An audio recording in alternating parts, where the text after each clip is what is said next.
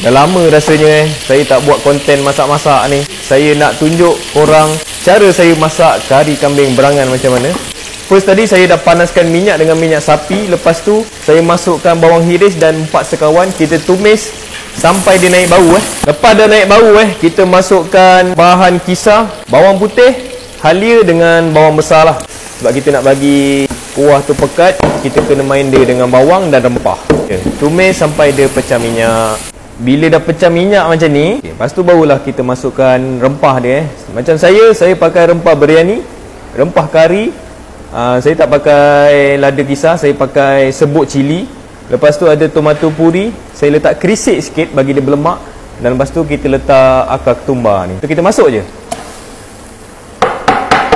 Kalau korang nak buat resepi macam saya ni dekat rumah, korang kena cari rempah-rempah yang berkualiti lah. Macam biryani korang carilah yang mahal sikit. Kebiasaannya kalau yang harga sekilo bawah RM20 tu, rasa dia bukanlah kata tak sedap, tapi kurang kick lah. Korang kena cari rempah yang mahal sikit. Biasanya mahal tu biasalah sedap sikit kan, rempah dia lagi piau. So kita tumis-tumis. Lepas tu kita terus masukkan air rebusan kambing. Okay, macam saya, kambing saya memang rebus dulu separuh lembut, barulah saya sambung masak. Biasanya saya buat macam tu lah. Satu sebab saya nak jimat masa, lagi satu sebab apa lah? Sebab nak jimat masa lah. Satu sebab je. Ramai yang pelik tau, saya masak kari kambing tapi saya letak ni lah, kicap manis ni. Orang jangan pelik tau, hasil dia nanti tak pelik. InsyaAllah tak pelik, memang cun-cunnya. Masin kicap ni sebenarnya satu lagi sedap. Lepas tu colour dia akan jadi lagi menarik lah. Colour dia ada gelap-gelap sikit.